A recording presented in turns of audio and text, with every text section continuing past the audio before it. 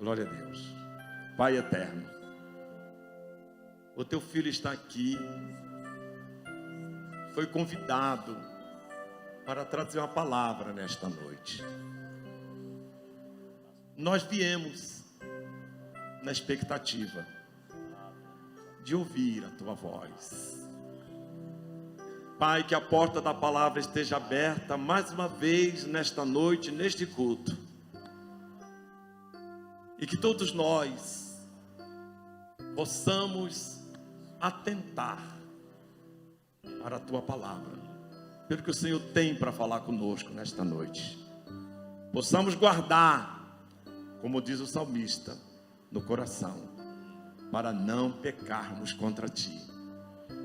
Usa teu filho mais uma vez, é o nosso pedido, Pai querido, em nome de Jesus. Pastor Carlos, fica à vontade. A paz do Senhor, irmãos. Eu não sei os pastores aqui, a minha retaguarda, mas ainda dá um frio na barriga quando vai pregar. E a gente prega quase todo dia, mas parece que é a primeira vez. Louvo a Deus pela oportunidade dos nossos pastores, pastor presidente, pastor Antônio Dionísio, que Deus abençoe, pastor Jara, meu amigo, homem de Deus, pastor Bruno, pastor Ivaldo é um ícone, né? Deus abençoe, pastor Joel, meu amigo, pastor Limpo, pastor Deusimar, ele estava ali e a gente perto dele já sente a presença de Deus, né? Ele estava entregando um rolo ali para mim. Deus abençoe. Glória a Deus. Meus amados, por gentileza, abra sua Bíblia no primeiro livro dos Reis, capítulo de número 17. Eu quero falar sobre Elias, um profeta diferente dos outros.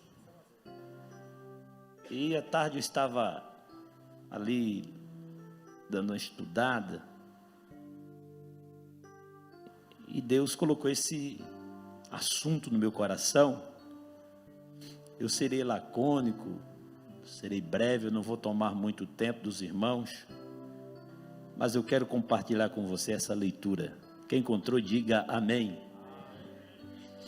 Diz assim, o título fala sobre Elias, aprendiz grande e seca e corvos o sustentam. Então Elias, o tesbita dos moradores de Gileade, disse a Acabe, não tão certo como vive o Senhor, Deus de Israel, perante cuja face eu estou, nem orvalho, nem chuva nestes anos, segundo a minha palavra. E veio-lhe a palavra do Senhor, dizendo, retira-te daqui e vai para o lado oriental, e esconde-te junto à torrente de Querite, fronteira ao Jordão. E você diz amém. Vamos fazer mais uma oração? Tem muita gente assistindo o culto às vezes em casa, que está enfrentando guerras terríveis. E quando nós ouvimos o irmão louvar aqui, há muitos soldados feridos. Soldados que já fizeram muito pelo reino de Deus, mas se machucaram, se feriram, foram alvejados por dardos inflamados do maligno e precisam novamente se levantar. Senhor, em o nome de Jesus, nós te pedimos, fala conosco nesta noite, Senhor. Abra-nos a porta da tua palavra, que o teu Espírito Santo visite o teu povo, que não haja barreira nos corações, que haja, ó Pai amado, Deus querido, ó Deus, uma porta aberta para o Senhor entrar. Visita os que estão em casa, sarando, curando, libertando e dando a tua bênção, em o nome de Jesus. Podeis sentar. Meus amados, o texto que nós lemos é um texto muito rico no seu conteúdo. E quando nós lemos o livro de Reis, os dois livros, nós vamos encontrar grandes acontecimentos no palco dos milagres, Deus fazendo conforme ele promete fazer, abrindo aquilo que ele disse que ia abrir, fazendo homens atravessar dificuldades terríveis e dando a eles a possibilidade de chegar até onde o Senhor prometeu que eles deveriam chegar. Quando eu olho o livro, no primeiro livro dos Reis, nós vamos entender que aqui Deus, ele começa a trabalhar na história de Israel.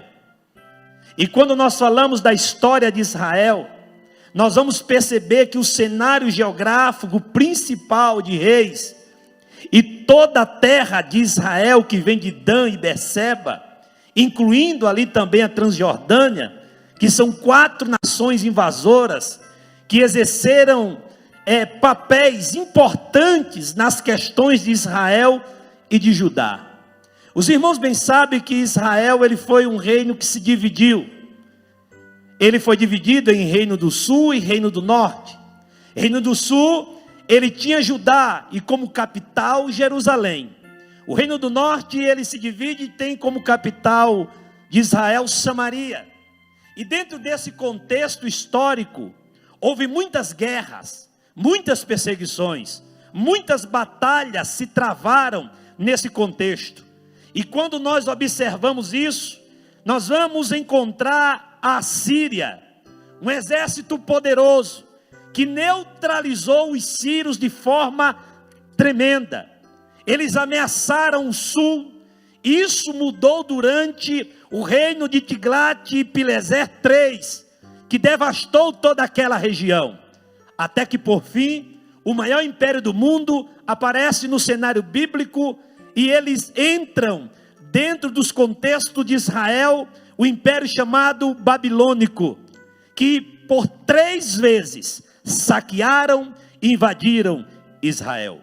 Mas quando eu olho para a Bíblia, quando eu olho para a palavra do Deus Todo-Poderoso, eu passo a compreender que tudo isso aconteceu porque o povo preferiu aceitar um sistema balanismo, que era adorar a Baal, e deixar o sistema divino, deixar o Senhor de lado, e procuraram então fazer conforme eles achavam que tinha que fazer.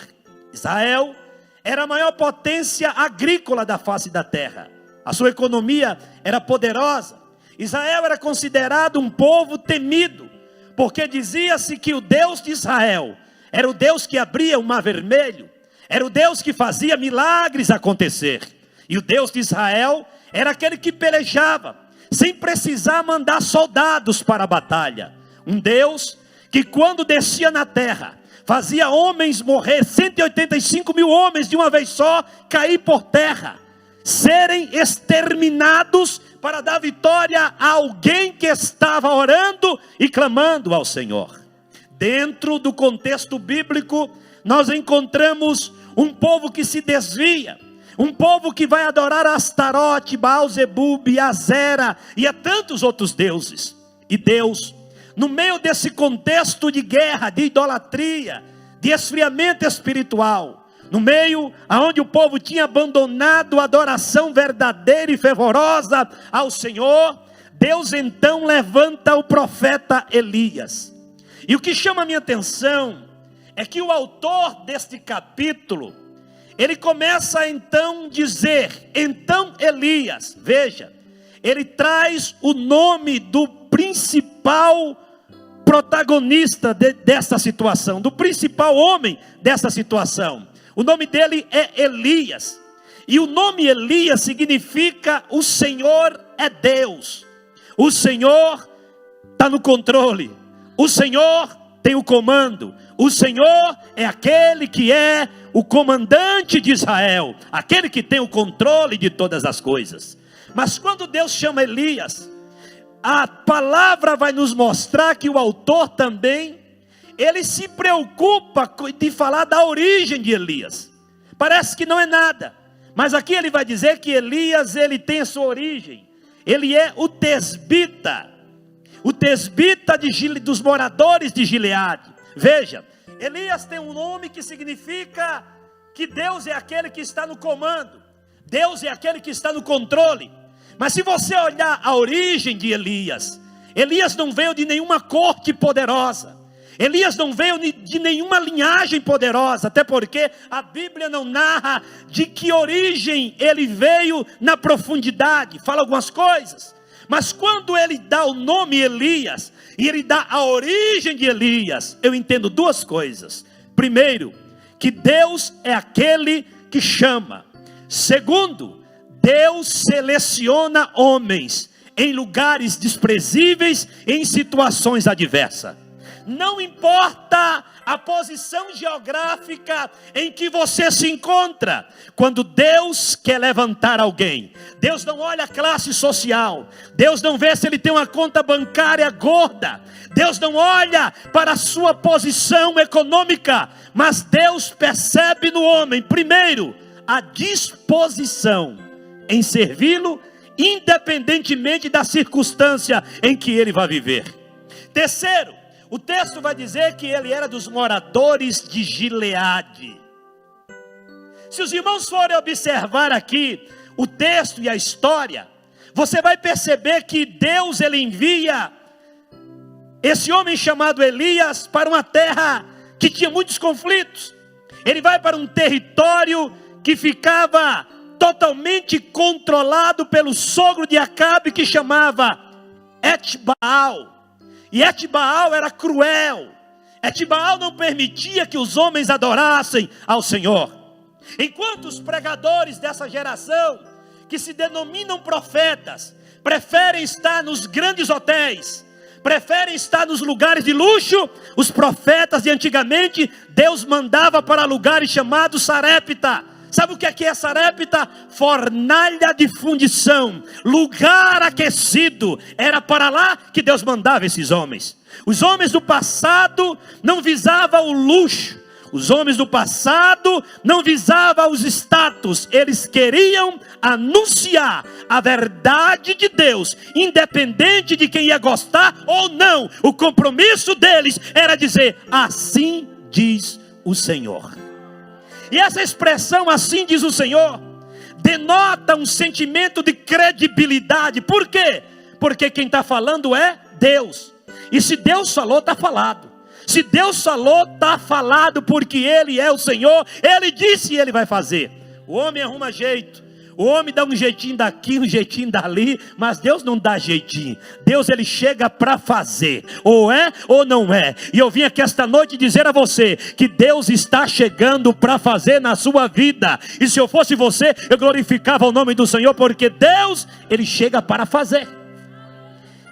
E aí quando eu olho o texto, eu fico encantado com isso aqui. Quando diz que tão certo como vive o Senhor, isso é certeza. Assim como Deus vive, tão certo como vive o Senhor, disse Elias: o Senhor Deus de Israel, perante cuja face estou. Aonde que Elias estava quando ele entrou no cenário profético para desafiar o sistema de idolatria e de pecado que estava instalado em Israel? Elias, ele não estava em outro lugar a não ser perante a face do Senhor. E quando um homem ele acha esse lugar como abrigo, como os recônditos do seu descanso, é lá que ele vai encontrar fortaleza, força, alegria, unção e poder para enfrentar os desafios que virão pela frente.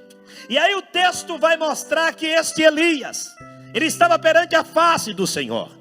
Olhando esta palavra, nós temos aqui umas lições que poderíamos aprender com este homem chamado Elias, servo de Deus. Mas o que chama a minha atenção é que quando Deus levanta Elias, Ele não levanta uma igreja. Quando Deus levanta Elias, Deus não chama uma comitiva de profeta. Deus sabia que Elias iria desafiar muitos profetas de Baal. Mas Deus não mandou Elias com exército.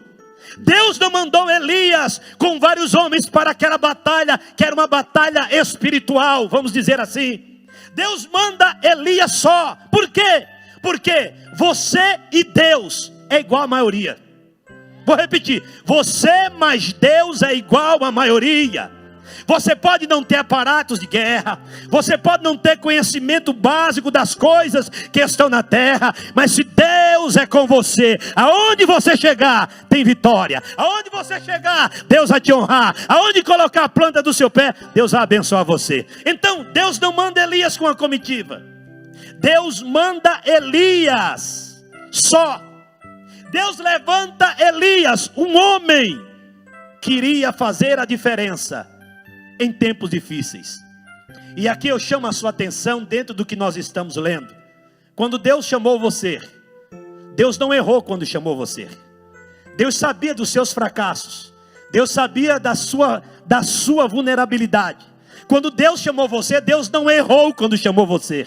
Deus é onisciente, atributo, onipresente, atributo. Ele é todo poderoso, ou seja, Deus quando te chamou, Ele sabia o que ia acontecer lá na frente, mas Ele te escolheu, não foi porque você é bom, Ele te escolheu para dizer, eu confundo os que acham que sabem de alguma coisa, porque o meu poder se aperfeiçoa na fraqueza desses pequenos que eu estou chamando.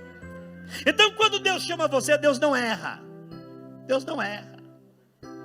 Ele sabe o que vai acontecer lá na frente, mas Ele chama você. E Deus chama Elias. E nessa situação Deus diz, Elias, vai e anuncia o que eu vou te mandar fazer. Elias, ele toma o conselho da disposição e vai a seguir. E o que chama a minha atenção é que Elias estava disposto a fazer a diferença. Elias não era um homem que vivia na mesmice. Deus quer tirar você da rotina da mesmice. Deus quer mudar a sua vida. Deus quer te levar a patamares espirituais, aonde você vai ver a glória do Deus Todo-Poderoso e a mão do Senhor estendida sobre a sua vida. Deus, Ele vai confrontar você. Por quê, pastor? Porque quando Deus confronta você, Deus vai trabalhar em você. E quando Deus trabalha em você, Deus está dizendo, vai chegar a hora que eu não vou mais trabalhar em você, eu vou trabalhar através de você. Aonde você chegar, você será a boca de Deus, e você vai falar tudo aquilo que eu mandar. Você vai chegar, e eu vou agir por causa da sua palavra. Deus primeiro trabalha em você. Talvez você não está entendendo nada. Às vezes Deus deixa você na solidão. Às vezes Deus permite você ir para a caverna. Às vezes Deus permite você sentir saudades. Às vezes Deus permite você achar que está só. Sim, às vezes você vai ter um sentimento de que parece que Deus não está ouvindo a sua oração. Está tudo dando errado. Só guerra, só batalha, só luta. Quanto mais você ora, mais a guerra aparece. Alguém chega e diz para você, Deus vai mudar, Deus vai te abençoar, e você se alegra, e quando sai do culto, piora. Parece que Deus está em silêncio. Parece que Deus está em silêncio. Nesse momento, o que está acontecendo que você não sabe, é Deus trabalhando em você. Por que Deus está trabalhando em você?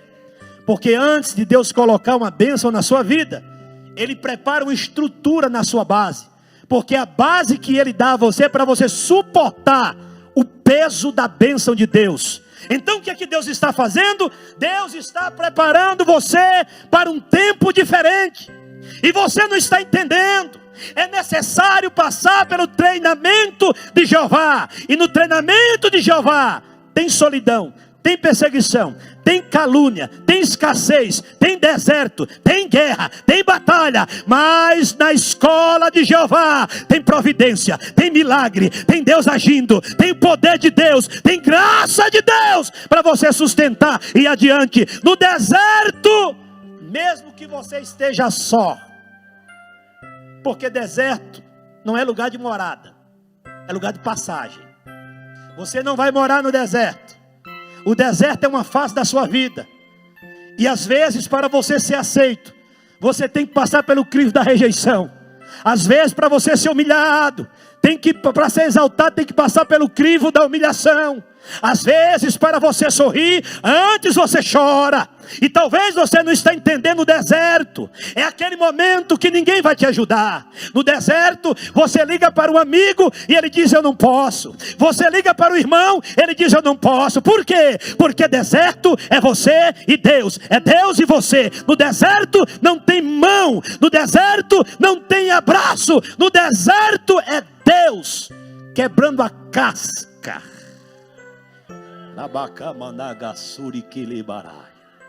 É Deus quebrando a casca da soberba, da altivez. Porque às vezes nós ficamos ali achando que nós somos melhores. Eu sou mais santo, eu oro mais, eu sou melhor, eu sei mais. Se fosse eu que estivesse lá, o negócio estava andando, mas não sou eu. Aí Deus pega você e fala: vem cá, você está sabido demais. Vamos para o deserto. Vamos dar uma voltinha no deserto. No deserto as luzes da ribalta se apagam. No deserto não tem aplausos, não tem microfone. No deserto não tem púlpito para você pregar. É aquele momento que é só você e Deus. Mas deixa eu te dizer uma coisa, crente. É nesse deserto que Deus forma um guerreiro. É nesse deserto que Deus forma um campeão. É nesse deserto que você adquire resiliência. E Deus trabalha nas estruturas emocionais para que você suporte e compreenda lá na frente o que Deus está fazendo. Elias entrou nesse processo. E aí nós vamos aprender que quando Deus levanta Elias, Deus levanta um homem corajoso. Crente medroso não serve, porque o medo paralisa. O medo é um sentimento, mas Efésios fala que o medo também é um espírito. Ele paralisa e ele impede de você ir adiante. Então quem vive dominado pelo medo não consegue caminhar, mas quem é dominado pelo Senhor entra em qualquer lugar, porque Deus vai com ele. E aí Elias chama a minha atenção, o texto que estávamos lendo, que Elias, ele era a resposta de Deus para o povo de Israel que estava afastado do Senhor. Em uma época que predominava o baalismo, uma época em que era tudo dominado pela idolatria, Deus levanta este homem para importantes tarefas no seu cotidiano, de anunciar o que Deus queria para a nação. O que chama a minha atenção também é quando Elias, ele vai trazer um decreto: tão certo como vive o Senhor, Deus de Israel, perante cuja face estou, que nem orvalho, nem chuva nesses anos, segundo a minha palavra. E eu parei nisso daqui. Eu sou bem sincero em dizer para os irmãos que eu interpretei isso da primeira vez que eu vi de outra forma. Eu achei que o profeta aqui queria ter um senso de justiça própria. Vejamos. Ele diz: segundo a minha palavra, não vai chover. E eu pesquisei. Hoje à tarde eu descobri. E aí quando eu estava lendo o texto, preste atenção que isso daqui é muito importante. É tremendo isso daqui. Elias trancou o céu, pôs a chave no bolso. Olha o que ele fez. Ele trancou o céu. Sim ou não? Segundo a sua? Trancou o céu, pôs a chave no bolso e disse: eu vou ali, só volto depois de 3 anos e meio.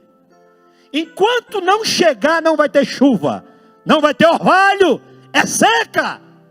E ele foi para a beira de um rio chamado Querite. Só que o ribeiro de Querite era um rio de primavera, um rio de estações.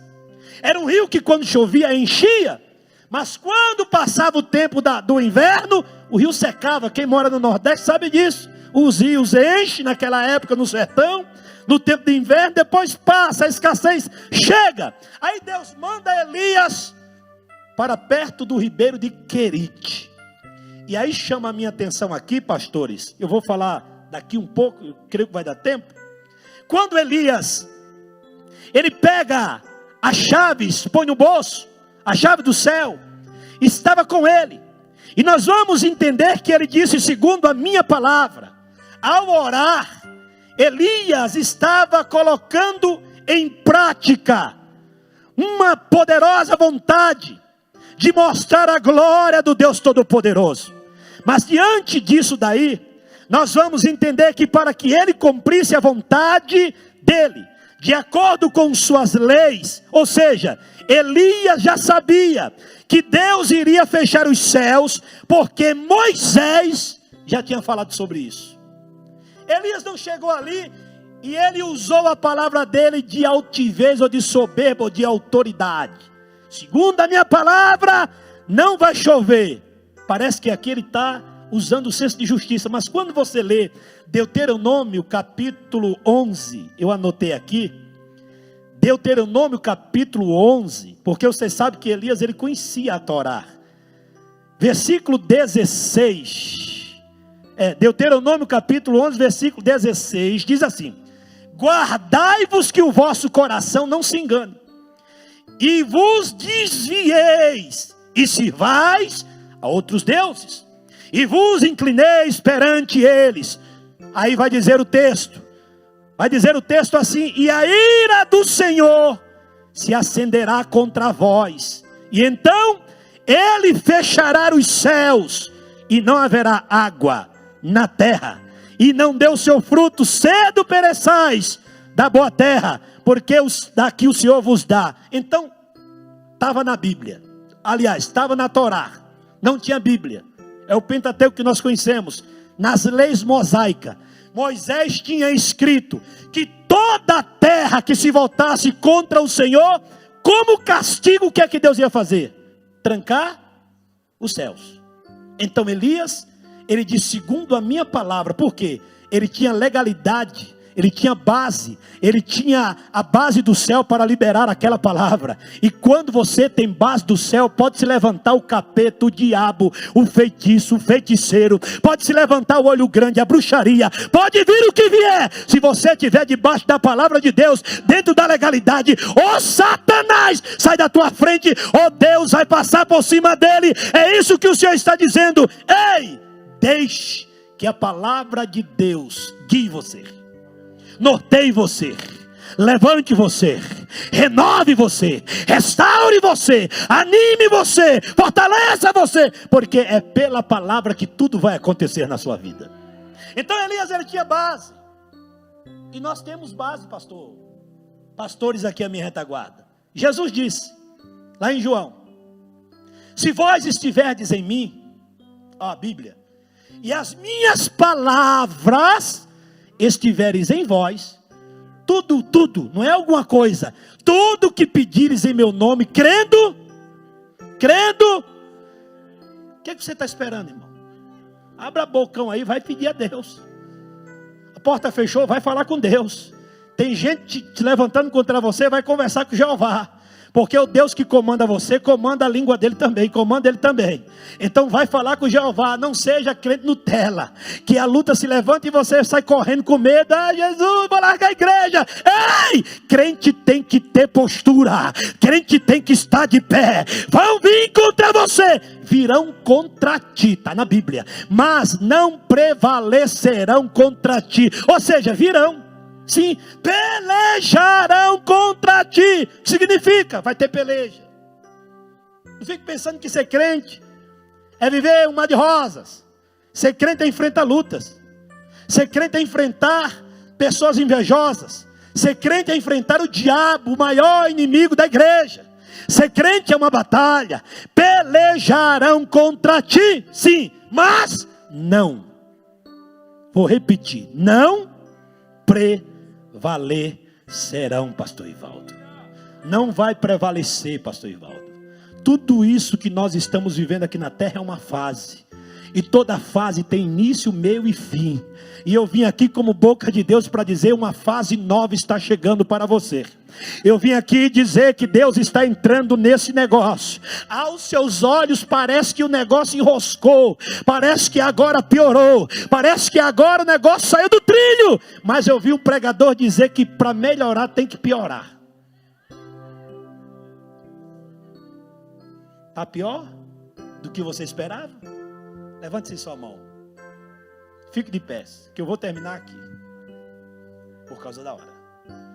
Levante-se sua mão. Eu vou profetizar sobre a sua vida. Vai melhorar. Você pode fazer um ato profético. Não sou muito de fazer isso, mas olha, aproveitar que aquelas irmãs, uma abraçou a outra, imita ela. Olha para o teu irmão e fala: anima-te. Alegra o teu coração. Porque o Deus que cuida de você, diga isso, o Deus que cuida de você, Ele é o mesmo de ontem. E de ontem Ele é o mesmo Deus e vai continuar sendo. Anima-te. A providência de Deus está chegando. A providência de Deus está chegando na sua vida. Agora o que chama a minha atenção aqui, irmãos, eu preparei um sermão grande para um tempo curto. O que chama a minha atenção aqui, pastores, é que eu admiro muito o homem que é usado por Deus. Mas o que eu mais admiro é um homem que Deus responde à oração dele. Elias era usado por Deus, mas era um homem que Deus respondia a sua oração. Elias, ele orava em público, uma oração curta, mas só tem poder de fazer uma oração curta em público e ter grandes resultados quem em secreto mantém uma comunhão severa e persevera com Deus. Somente quem está em secreto, que ora e que tem comunhão, tem poder de chegar e dar uma palavra e Deus mudar. Então eu pergunto a você esta noite: como está a sua comunhão? Como está a sua comunhão? Você não tem permitido o diabo abalar a sua estrutura espiritual por causa dos problemas da vida. Se você está deixando isso, peça perdão a Deus, porque Deus é na tua vida, meu irmão. 1000 cairão ao teu lado, 10.000 à tua direita, mas tu não serás atingido. Põe a mão no seu coração, que eu quero concluir aqui dizendo algo a você. Elias estava no ribeiro de Querite. Você sabe onde ficava o ribeiro de Querite? Ficava na parte oriental. E essa palavra aqui é uma palavra profética, mas escatológica também. Por quê? Na parte oriental representa o surgimento de coisas novas. Oriente e oriental era onde surgiam coisas novas. Se você for olhar a Bíblia no Antigo Testamento, você vai entender isso. Mas você vai perceber que quando os 3 reis magos, eles vão em busca do nascimento de Cristo, do novo, eles foram guiados por uma estrela que estava no Oriente. Uma estrela oriental, que significa sinal de coisas novas. Mas aí Ezequiel capítulo 11, versículo 1 vai dizer que Ezequiel tem uma visão e ele vê a porta do templo, e as portas do templo estavam abertas para o Oriente. O Oriente tem uma palavra profética, porque quando Daniel orava 3 vezes ao dia, a sua casa, as portas ficavam para o lado de Jerusalém, para o lado do Oriente. Por quê? É de lá que o Messias virá. É de lá que vai vir a esperança de Israel, a esperança da igreja. Então eu quero concentrar a minha conclusão nesta parte, dizendo o seguinte: coisas novas vão surgir na sua vida. Um novo tempo está chegando para você. As portas do Oriente estão se abrindo sobre a sua vida. E eu quero orar por você. Levanta assim a sua mão. Senhor, em nome de Jesus, eu preguei a tua palavra. Lamando que levassi de camaço ré. Desde o momento que eu cheguei aqui, que eu sinto a tua presença. Eu sinto a tua glória neste lugar. E o Senhor é conhecedor de todos que aqui estão, Senhor. E eu quero ministrar um novo tempo, Senhor. Deus, Elias foi levado para Sarepta, a lugar onde a crise estava dominando. Ó Deus, é no meio da crise que tu abre as portas. E como ministro da tua palavra, eu oro sobre este povo, que haja um novo tempo, que haja um novo amanhecer, que haja cura, milagre, portas abertas. Eu oro sobre a tua igreja, em nome de Jesus. E se você crê, dê um glória a Deus aí para Jesus.